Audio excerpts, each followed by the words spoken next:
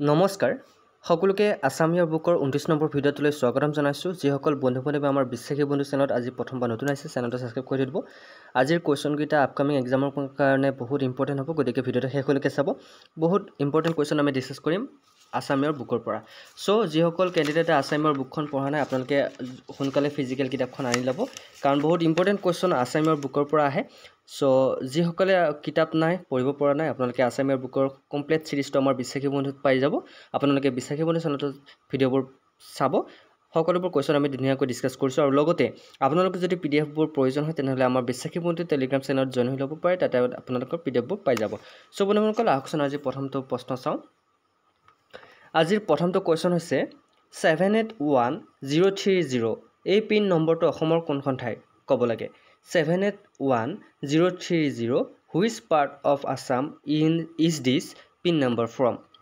অকণমান সময় দিছোঁ আপোনালোকক সেই সময়ৰ ভিতৰত শুদ্ধ উত্তৰটো দিবলৈ ট্ৰাই কৰক আহিব পাৰে কেতিয়াবা কোনোবা এখন ঠাইৰ পিন নম্বৰ দি দিব আপোনালোক সেই পিন নম্বৰটো এগেইনষ্টত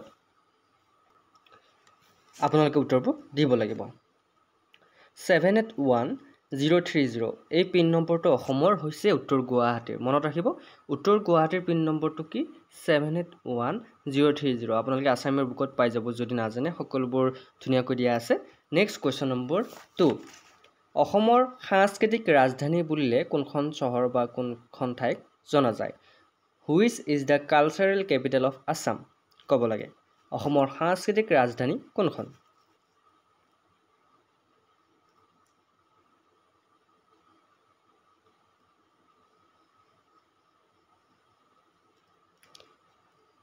শুদ্ধ উত্তৰটো হৈছে অসমৰ সাংস্কৃতিক ৰাজধানী বুলিলে যোৰহাট চহৰক জনা যায় গতিকে আপোনালোকে মনত ৰাখিব কালচাৰেল কেপিটেল বুলিলে যোৰহাটক জনা যায় মনত ৰাখিব নেক্সট কুৱেশ্যন নম্বৰ 3 মঞ্চ কোঁৱৰ হিচাপে কাক জনা যায় who is known as the stage prince বহুত ইম্পৰ্টেণ্ট কুৱেশ্যন হয় জানেনে মঞ্চৰ কোঁৱৰ বুলি কাক জনা যায়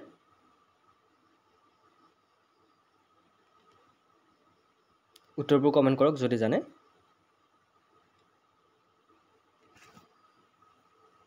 ইয়েছ শুদ্ধ উত্তৰটো হৈছে চন্দ্ৰধৰ গোস্বামী তেখেতক মঞ্চ কোঁৱৰ বা ষ্টেজ প্ৰিন্স বুলি জনা যায় মনত ৰাখিব অপশ্যন এ আছে right answer Chandradhar Goswami question number 4 অসমৰ প্ৰথম চাৰ্কাছ দলটোৰ নাম কি what is the name of the first circus troupe in Assam কুৱেশ্যনটো আগৰ পৰা কৈছোঁ অসমৰ প্ৰথম চাৰ্কাছ দলটোৰ নাম কি what is the name of the first circus troupe in Assam জানেনে কোনটো হ'ব শুদ্ধ উত্তৰ হয় যিসকল বন্ধু বান্ধৱে শুদ্ধ উত্তৰবোৰ কমেণ্ট কৰিব নেক্সট ভিডিঅ'ত তেওঁলোকৰ নামবোৰ মই লৈ ল'ম এতিয়া ইয়াৰ শুদ্ধ উত্তৰটো হৈছে অপশ্যন চি আশা কৰোঁ সকলোৱে শুদ্ধ উত্তৰটো কমেণ্ট কৰিছে শংকৰ চাৰ্কাছ হৈছে অসমৰ প্ৰথমটো চাৰ্কাছ দল মনত ৰাখিব আহিব পাৰে পৰীক্ষাত কুৱেশ্যন নম্বৰ 5 মোৱামৰীয়াৰ তৃতীয় বিদ্ৰোহ কিমান চনত সংঘটিত হৈছিল in which year did the third Moamoria revolution take place কিমান চনত মোৱামৰীয়া বিদ্ৰোহ তৃতীয় বিদ্ৰোহ সংঘটিত হৈছিল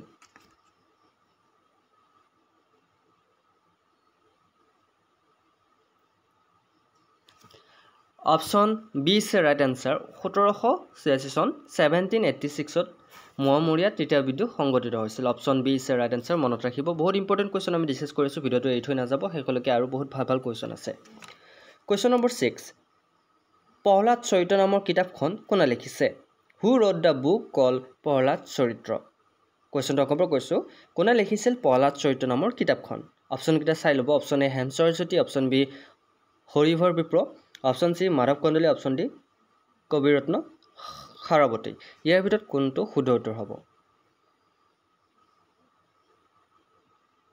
আমি সকলোৱে জানো হেম সৰস্বতীয়ে প্ৰহ্লাদ চৰিত্ৰ ৰচনা কৰিছিল গতিকে option A is right answer question number 7 শংকৰদেৱে প্ৰথম নামঘৰ প্ৰতিষ্ঠা ক'ত কৰিছিল Sankardev has establish the first namghar at বহুত ইম্পৰ্টেণ্ট কুৱেশ্যন হয় ক'ত কৰিছিল বাৰু আমাৰ শংকৰদেৱে প্ৰথমখন নামঘৰ প্ৰতিষ্ঠা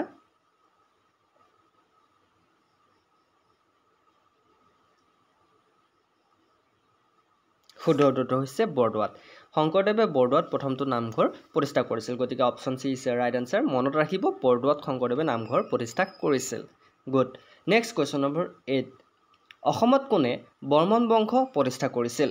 হু had established the Barman dynasty in Assam? অসমত বৰ্মন বংশ কোনে প্ৰতিষ্ঠা কৰিছিল?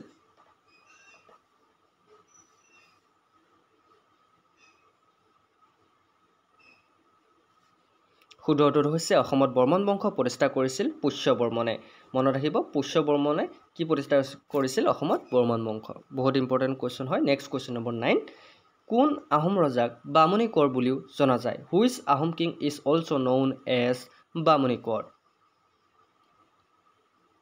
কোনজন আহোম ৰজাক বামুণী কোঁৱৰ বুলি জনা যায় জানেনে? আহোম ৰজাৰ বিষয়ে মই ধুনীয়াকৈ এটা ভিডিঅ' দি দিছোঁ যে কাক কি নামেৰে জনা যায়। যদি আপোনালোকে সেই ভিডিঅ'টো চাব বিচাৰে আপোনালোকে আমাৰ চেনেলত আপোনালোকে চাব পাৰে। আহোম ৰজাসকলৰ সম্পূৰ্ণ নামবোৰ আমি ধুনীয়াকৈ দি দিছোঁ। এতিয়া বামুণী কোঁৱৰ বুলি চুডাম্ফাক জনা যায়, চুডাম্ফা ৰজাক। গতিকে বামুণী কোঁৱৰ কাক জনা যায়? চুডাম্ফাক। Option B is the right answer. Question number 10। 1823 চনত অসমত চাহ গছ কোনে আৱিষ্কাৰ কৰিছিল? Who had discovered tea plants in Assam in the year 1823? এই কুৱেশ্যনটোৰ এনচাৰ ক্লাছ 6ত পঢ়ি থকা ল'ৰা ছোৱালীয়েও দিব পাৰিব। যদিহে আপোনালোকে কম্পিটিটিভ এক্সামৰ কাৰণে প্ৰিপেৰেশ্যন চলাই আছে তেনেহ'লে আপোনালোকৰ কাৰণে বহুত ভাল সুযোগ। কাৰণ যিসকল বন্ধু বান্ধৱী আপোনালোকে আমাৰ বিশ্বাসী বন্ধুৰ ভিডিঅ'বোৰ চোৱা নাই, আজিৰ পৰা চাবলৈ আৰম্ভ কৰক। কাৰণ গোটেইকেইটা আমি বহুত ইম্পৰ্টেণ্ট আৰু দৰকাৰী কুৱেশ্যন ডিছকাছ কৰি আছোঁ প্ৰতিটো চিৰিজতে।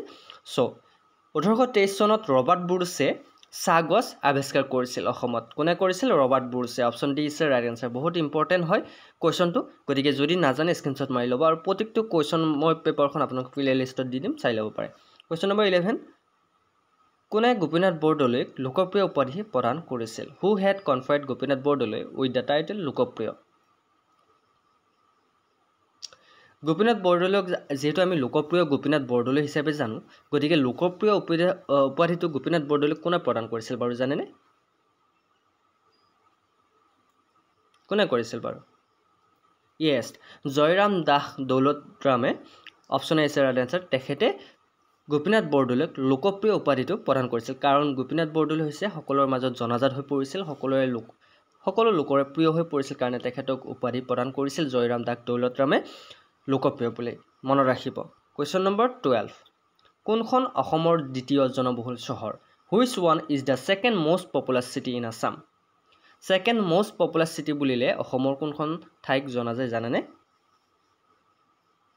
যদি নাজানে কৈ দিছোঁ, শিলচৰ চহৰখনক। Option D is the right answer. শিলচৰক অসমৰ দ্বিতীয়খন জনবহুল চহৰ হিচাপে জনাজাত। প্ৰথমখন হ'ল গুৱাহাটী, তাৰপিছত দ্বিতীয়খন হ'ল শিলচৰ। Next question number 13। কোন তাৰিখত অসমত ক্ৰীড়া দিৱস পালন কৰা হয়? On which date is sports day celebrate in Assam? অসমত ক্ৰীড়া দিৱস কেতিয়া পালন কৰা হয়? শুদ্ধ উত্তৰটো হৈছে option Yes, option A is the right answer. 17 October তাৰিখে অসমত ক্ৰীড়া দিৱস বা স্পৰ্ট ডে হিচাপে পালন কৰা হয়।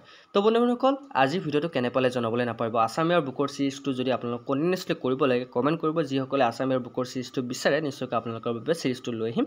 আজি হ'ল 29 নম্বৰ ভিডিঅ'। পাৰ্ট 1ৰ পৰা 29 নম্বৰলৈকে যিকেইটা ভিডিঅ' দিলোঁ আপোনালোকে সকলোৱে চেক কৰিব। প্লেলিষ্ট আকাৰে দিয়া আছে আছামীয়াৰ বুক বুলি। কমপ্লিট চিৰিজটো পাই যাব। আৰু লগতে আমি আপকামিং এক্সামৰ কাৰণে বহুত ইম্পৰ্টেণ্ট কুৱেশ্যন পাৰ্ট বাই পাৰ্ট লৈ আছোঁ। পলিটিকেলৰ এক্সট্ৰাকৈ চিৰিজ আছে, জিকেৰ এক্সট্ৰাকৈ চিৰিজ আছে, আপোনাৰ বিভিন্ন ধৰণৰ গ্ৰামৰ কাৰণে এক্সট্ৰাকৈ চিৰিজ লৈ আহিছোঁ। গতিকে যিসকল বন্ধু বান্ধৱী আমাৰ বিশ্বাসী বন্ধু চেনেলত এতিয়ালৈকে ছাবস্ক্ৰাইব কৰা নাই বা নতুনকৈ আহিছে, আপোনালোকে যদি ভাল পায় ছাবস্ক্ৰাইব কৰি ল'ব পাৰে, জোৰ নকৰোঁ। চ' ভিডিঅ'টো ইমানেই আছিল। আশা কৰোঁ অন্য এটা ভিডিঅ'ত আকৌ লগ পাম। প্ৰতিশ্ৰুতিৰে জয় হিন্দ, জয় অসম।